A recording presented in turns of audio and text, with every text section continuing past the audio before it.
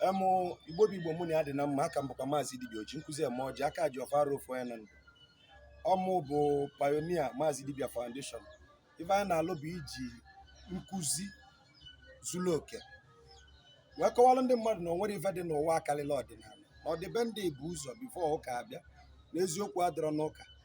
Ana m ekwu ya mgbe ọbụla si onye si na ojele ụka karịa m ya bịa gwa m ya n'iru m. Ife nji bịa taa na bụ na a sị na a na-akụli olulu eke dị n'Ekwulọbịa. Ife a mebele eke Ekwulọbịa nwee sị ka m jụọ ndị ụka ọnụ na-agụtarụ Proverbs 22:28 na Baịbụl unu ọnụ na-agụtarụ na Proverbs 22:28 si mmadụ akpala ife ndị ichie debere aka olu ebe unu ya agụta unu ama ngụta ọ nke unu ya eji na-alụ alụ ana ka unu ya agụta. Ife anyị nwa bụ ndị ọdịnala ji bịa ebe bụ ka anyị wee gwa unu si unu na ọmụbụ maazị dibịa na-ekwu si na onye ọbụla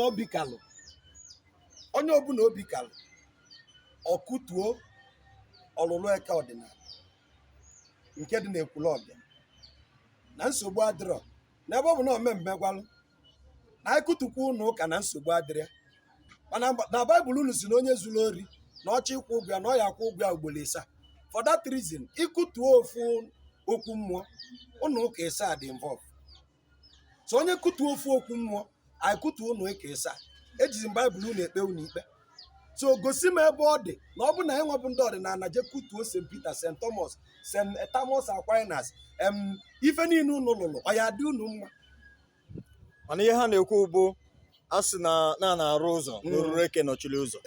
Olulu eke anọchiri ụzọ ndị ọcha na-alụ ụzọ si na ife bacha ọ bụ 3 mita ịghọta igwe si na ọchọ ka ewepụta olulu eke 2017 na ọkụwago eze mmụọ isi ya n'elu ọbara agba ebe a ọkụ wee nụgharịkwa okuku niile a wee bido n'isi ya ka ịbịakwa ime na 2023.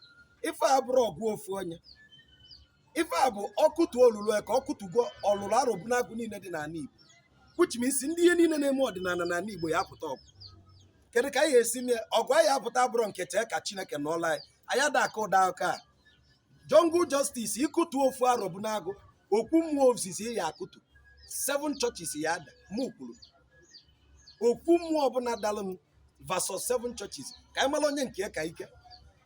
So n'otu a ka ọra m n'ọnụ ekene m nnu ndị ọma na-ege m ntị ada mbụkwa maazị dibịa daalụ nwanne m ọmaka mere ị nọ na oziọma ọdịnala TV mba anyị na-agba bụ ka ọdịnala be anyị onwekwa onye si nke ya fuo mana ihe anyị na-ekwu bụ egbe bere mana kịta egbe achọzi ka ugo belu ya bụ egbe mma ezijeli ya nchụ egbe ka ọ malụ na ive dị.